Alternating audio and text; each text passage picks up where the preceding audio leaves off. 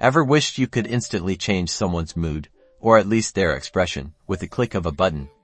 Well, buckle up, because in the next minute and a half, we're diving into the fascinating world of using convolutional neural networks, or CNNs, to do just that. All within the friendly confines of Google Colab. First, let's get our tools ready. We'll import the necessary libraries like TensorFlow, Keras, and Open. These are the building blocks for our CNN, and for image processing, make sure to install them in your Colab environment if you haven't already. Next, we'll define our CNN model. This model will consist of convolutional layers to extract features from the images, pooling layers to reduce dimensionality, and fully connected layers to classify the facial expressions. Think of it as teaching a computer to see and understand emotions.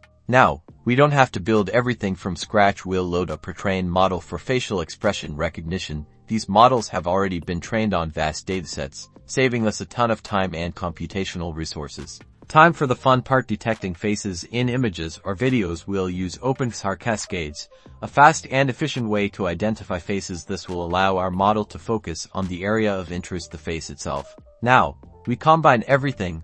The code will detect faces, crop them, feed them into our CNN model to predict the expression, and then overlay that expression onto the original image or video. This process can be repeated on multiple frames. Finally, let's tweak the parameters. You can control the intensity of the added expression, or experiment with different overlay styles to make the results more realistic or stylized. And there you have it.